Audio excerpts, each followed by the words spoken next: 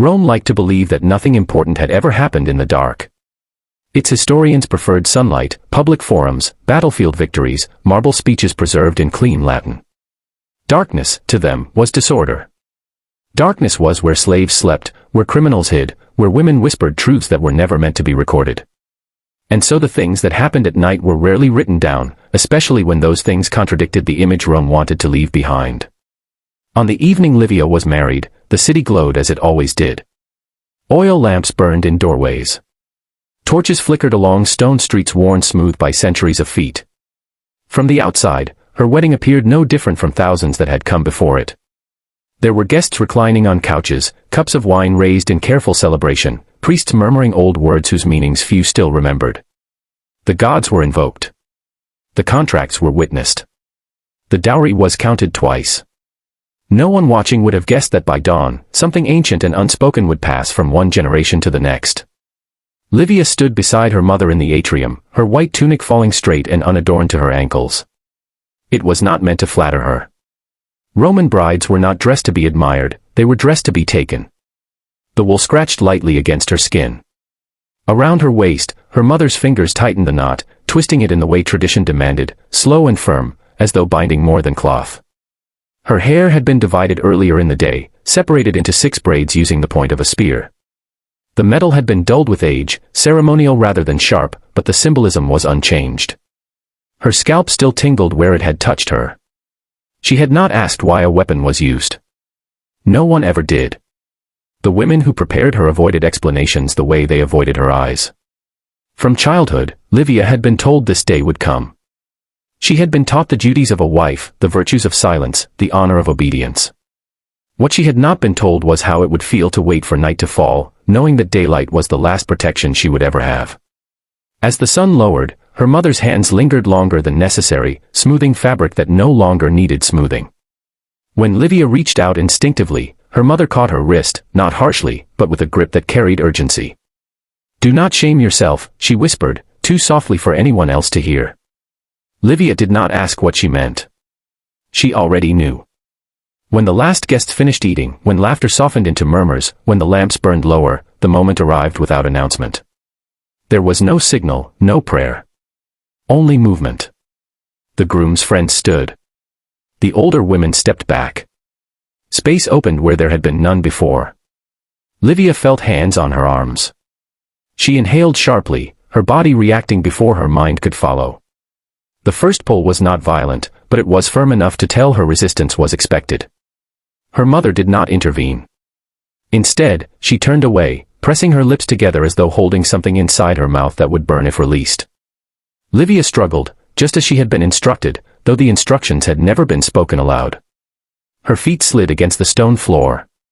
Her voice rose once, then again. The sound echoed more than she expected, thin and sharp, cutting through the room. No one rushed to help her. This was not chaos. This was order. As she was pulled forward, her tunic shifted, the knot at her waist holding fast. Someone laughed quietly, not unkindly, but not apologetically either. The laughter belonged to tradition, not to the person who made it. Outside, the night air struck her skin, cool and smelling faintly of smoke. Torches flared as the procession formed, the same way it always did, the same way it had for generations. The groom walked ahead, not looking back. It would not have been proper for him to do so. Livia cried out again, louder this time. The sound traveled down the street, bounced off stone walls, slipped into doorways where other women paused in their work, listening. None of them came out. They recognized the sound too well. As the group moved, Livia's resistance intensified. Her heart hammered against her ribs, not entirely from fear, but from the strange awareness that this moment was being measured. Too little struggle would mark her as immodest. Too much would be remembered later, in ways she could not yet imagine. Her sandals slipped free. Bare feet scraped against the street. Someone tightened their grip. Another hand pressed between her shoulder blades, guiding her forward with practiced ease. The door of her husband's house stood open. She was lifted without warning, her body rising as though weightless, the world tilting. For a moment, she thought she might fall, but arms locked around her legs and back, holding her securely. She crossed the threshold without touching it, just as tradition demanded, carried as though unconscious, or unwilling, or both. The door closed behind her. The sound was final in a way nothing else had been. Inside, the air was warmer, heavier.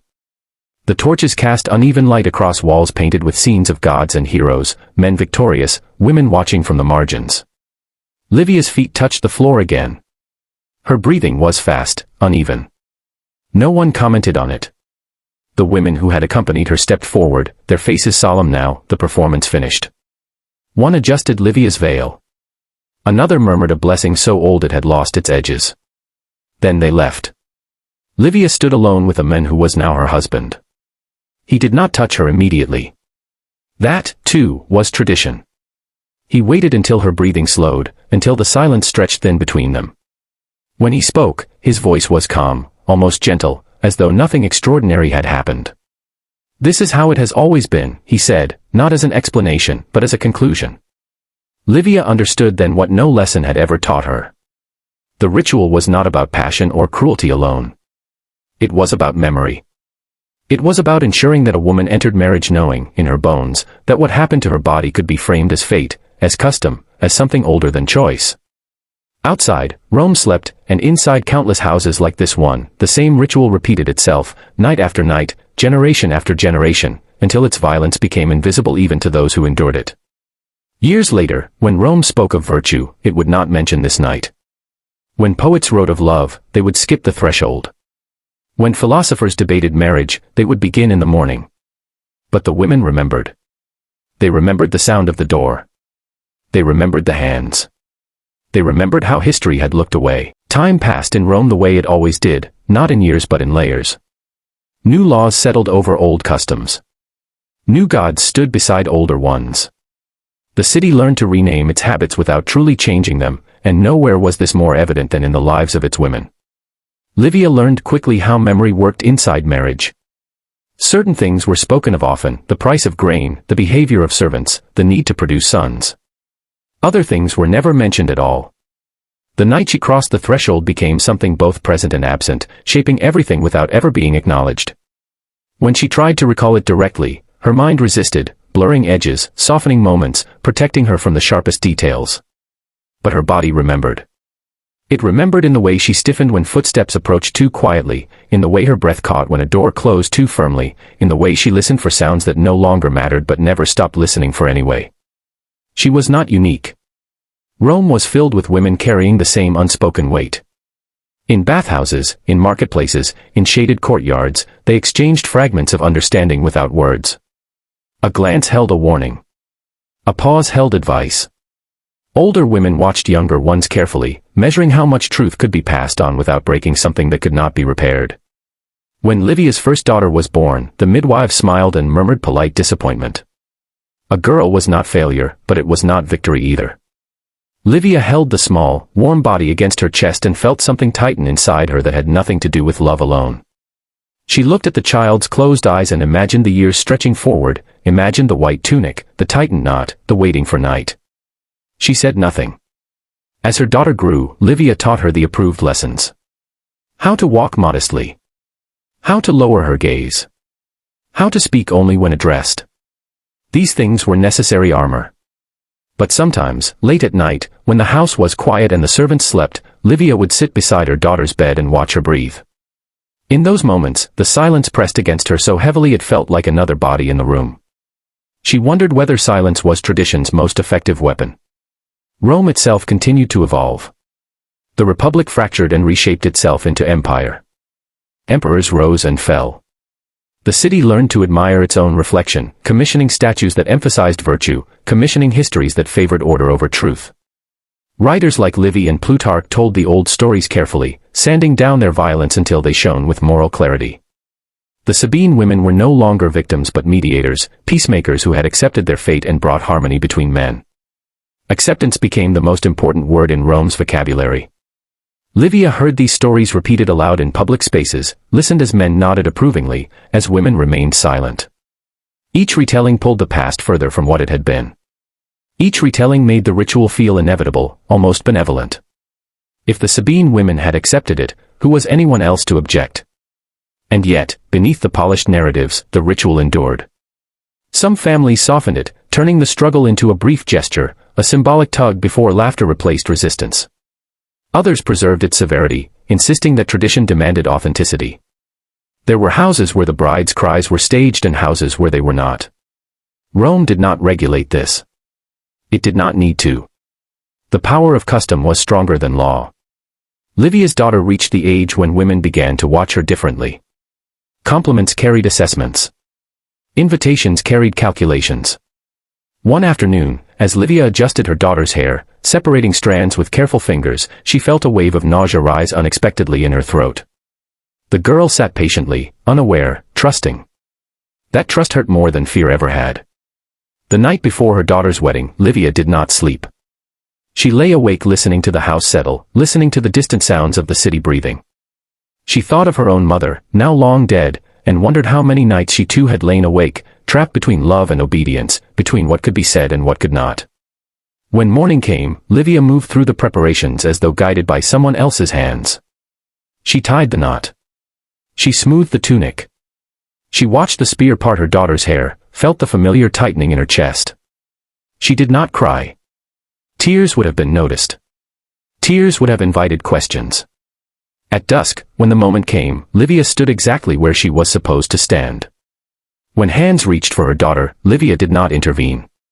Her body remembered the cost of resistance, and memory overruled instinct. Her daughter cried out, her voice rising in confusion and fear. Livia turned away. That was how the ritual survived. Not through cruelty alone, but through inheritance. Through mothers who loved their daughters and still did what tradition demanded. Through silence passed down like a family heirloom, polished by repetition. Years later, as Rome's faith began to shift, as whispers of a new god spread through the city, the old ritual began to lose its public defenders. This new faith spoke of souls rather than conquest, of spiritual bonds rather than domination. Marriage, its followers claimed, should reflect unity rather than hierarchy. These ideas unsettled Rome's foundations. Not because they were weak, but because they threatened to expose what had always been hidden. Rome responded the way it always did, by adapting its language. The ritual was no longer described as force. It was described as tradition. Resistance was no longer fear. It was modesty. The lifting over the threshold was no longer avoidance of blame. It was charm, luck, symbolism. Words were rearranged until meaning shifted just enough to feel safe. Gradually, references to the ritual grew shorter, vaguer. Writers mentioned it only in passing, assuming their readers already understood. Later writers assumed it was unimportant. Eventually, it became something no one thought to explain at all. Silence completed what revision had begun. Livia did not live to see the ritual fade from written history. But she sensed the change in the way people spoke, in the way they avoided certain explanations. Rome was learning to forget itself. Forgetting, she realized, was not the same as healing. It was merely concealment. As she aged, Livia spent more time watching than speaking. Her daughters visited with their own children. The girls played at weddings, pretending to be brides, laughing as they mimicked resistance without understanding it. Livia watched them and wondered what parts of the past would survive in their bodies even after words disappeared. One evening, long after her husband had died, Livia sat alone in the atrium, listening to the distant noise of the city.